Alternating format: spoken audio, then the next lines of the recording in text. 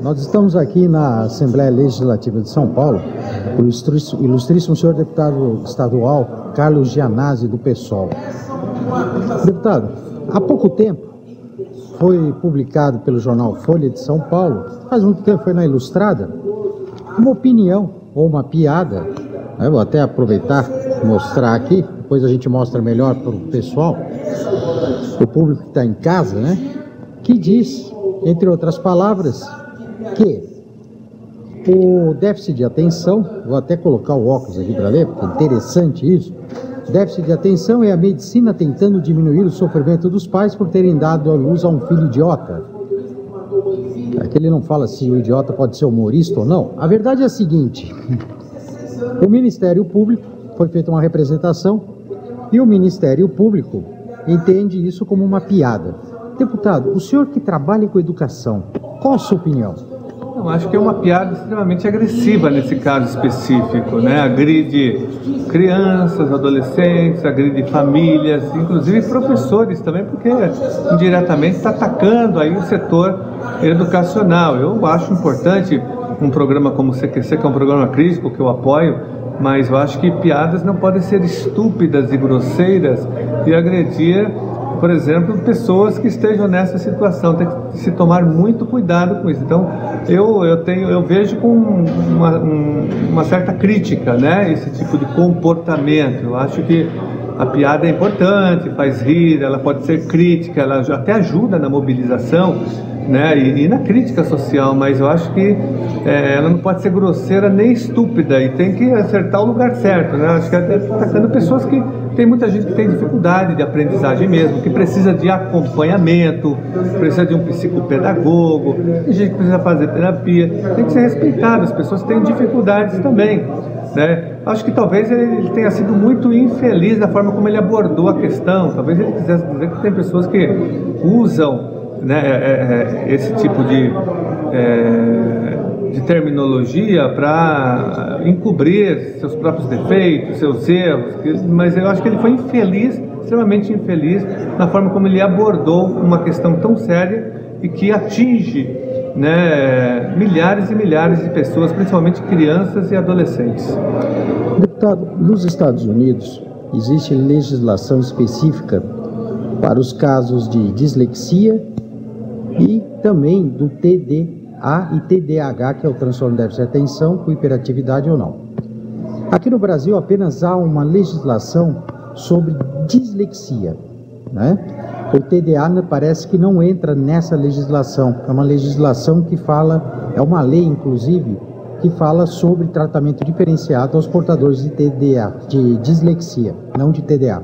Não estaria na hora de se buscar alguma coisa em termos do TDA aqui no Brasil, para que a gente pelo menos pudesse proteger as crianças do TDA, né, que possui TDA ou TDAH, assim como são protegidas as crianças com dislexia, que elas têm direito a provas orais, elas têm direito a uma atenção mais especializada.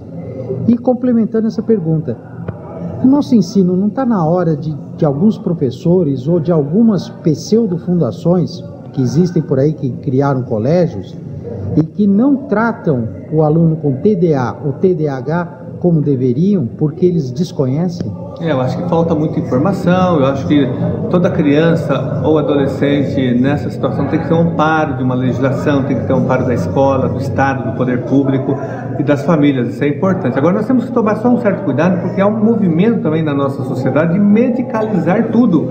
Qualquer comportamento, isso é perigoso, porque por detrás desse tipo de comportamento é o interesse da indústria farmacêutica, que quer vender remédio, né? Então, nós temos esse debate também, inclusive aqui na Assembleia, no meio educacional, com a medicalização.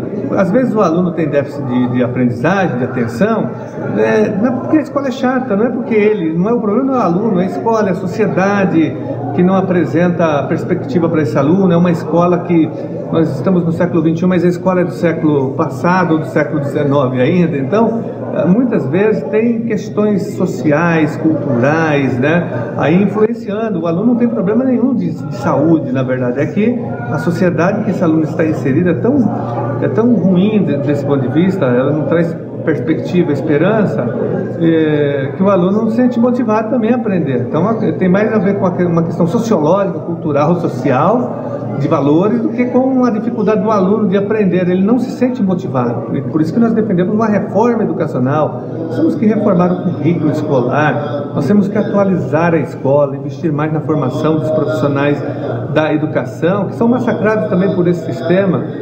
Os nossos professores recebem salários baixíssimos, não têm acesso a cursos de formação, trabalham em salas superlotadas. Então tem uma questão grave social que acaba interferindo na aprendizagem dos alunos e, às vezes, não estou dizendo que seja esse caso, mas em muitos casos são situações que são medicalizadas, que a sociedade tenta medicalizar com remédio, que é um absurdo total. E aí tem todo o lobby da indústria farmacêutica. Mas, assim, para quem realmente tem essas dificuldades, tem que ter todo o apoio, todo o amparo do Estado e da sociedade.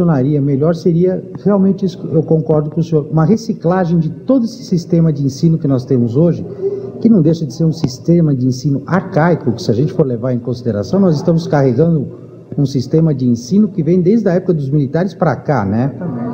Tirando de lado o patriotismo, porque hoje em dia ninguém mais sabe nem o hino nacional, nem ver hasteamento de bandeira, né? Porque eu nunca vi escola fazer isso. Agora, um outro ponto, deputado, para finalizar a nossa conversa. Fundação pode dar lucro?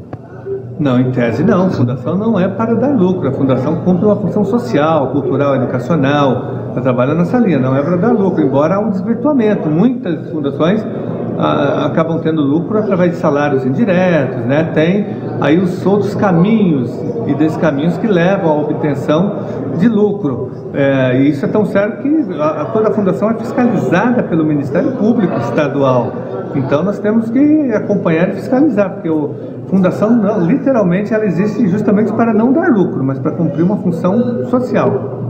E, deputado, para finalizar agora, de vez mesmo, eu gostaria que o senhor deixasse uma mensagem para todo mundo que acompanha a gente. A Runway 10 TV é uma TV que fala de aviação, mas também fala de tudo que acontece na vida, né, do povo brasileiro, enfim, é uma emissora bem eclética, né? Eu gostaria que o senhor deixasse uma mensagem final para o pessoal da Runway 10 TV. A minha mensagem é de esperança. Eu acho que nós vivemos uma crise social, econômica, uma crise agora ecológica, mas nós, seres humanos, somos agentes da história. Nós construímos a história e nós podemos interferir nos rumos da história, no curso da história. Nós não somos agentes passivos, mas ativos da história. Então nós podemos transformar qualquer realidade dada. O grande educador Paulo Freire, professor Paulo Freire, dizia que o mundo, no seu livro Pedagogia do Oprimido, que eu recomendo a leitura para todas as pessoas, ele dizia o seguinte, que o mundo está sendo, mas se o mundo tem tantas injustiças, ele pode ser alterado, ele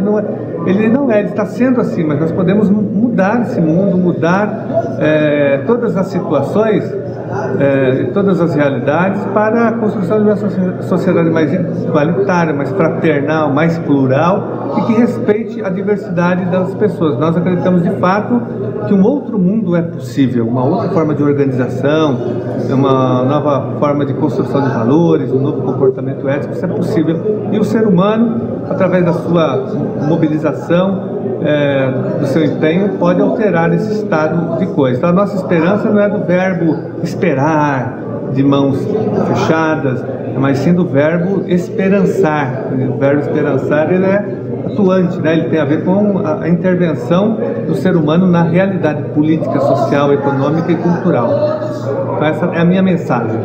Muito obrigado, deputado.